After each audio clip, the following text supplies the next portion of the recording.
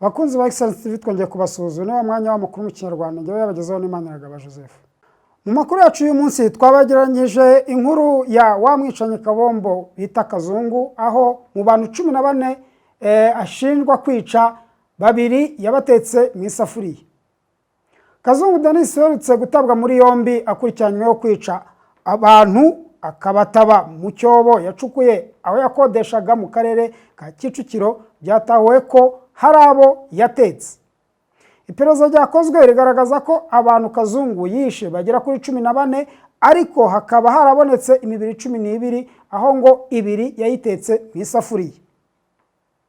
Ubwo yatabwaga muri yombi, RIB yatangaje ko uyu mugabo w'imyaka 34 y'amavuko akurikiranyweho ibyaha bitandukanye birimo ubwicanyi, nyuma yaho dosiye ye yaje gushyikirizwa ubushinjacyaha kugira ngo buregere urukiko, bityo hakurikiraho kuburana kwifunga n'ifungura.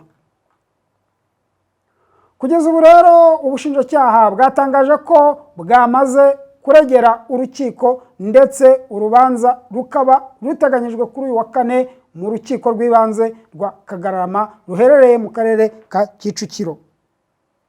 Kazungu akurikiranyweho ibyaha bigera ku 10 birimo ubwicanyi buturutse ku bushake, iyicarubozo, gukoresha undi imibonano mpuzabitsina ku gahato, guhisha umurambo w'undi muntu, gukoresha ibikangisho n'itwarwa n'ifungiranwa ry'umuntu.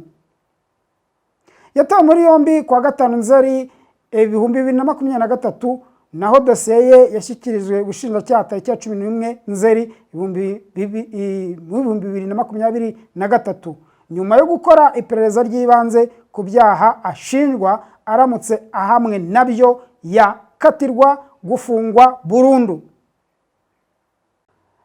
Bakunzi ba Excellence TV, ngayo nguko rero inkuru twe tubafitiye y'uyu munsi kuri uyu mwicanyi ruharwa naho tuyasoreje. Murakoze, mwiranwa amahoro n'amahirwe.